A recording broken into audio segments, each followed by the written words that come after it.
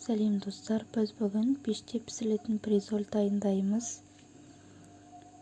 Ол үшін 800 грамм тартылған фаршқа, сиырдың етіне 300-400 граммдай уақтап туралған жуғаны салып, үстіне тұзын 2 чайный ложка тұз, бұрыш салып, жақсылап араластырып аламыз.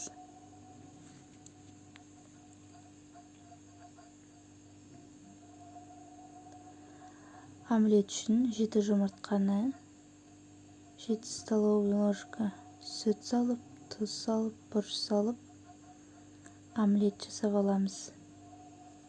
Дайын қамырымызды блинчиктің формасына пісіріп аламыз. Менен 7-8 омлет шықты. Әр омлетті жеке-жеке пісіріп аламыз.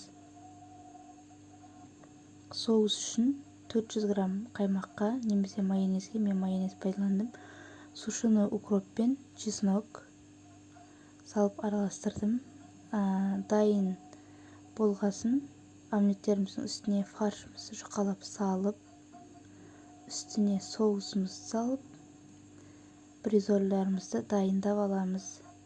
Менде бұл құрамнан 8 штук бризоль шықты.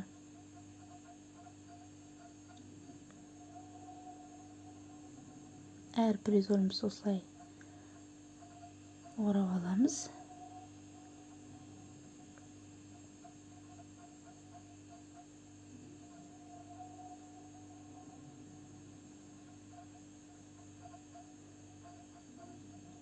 Дайын болған бризольдарымызды противеньге салып,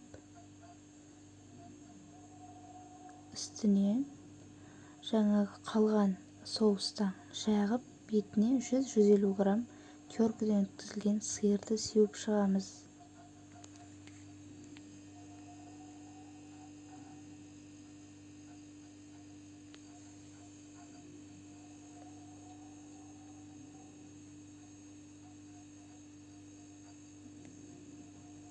Алдын ала қыздырылған пеште 30-40 минуттай пісіріп аламыз. Бризоліміз дайын. Ас болсын.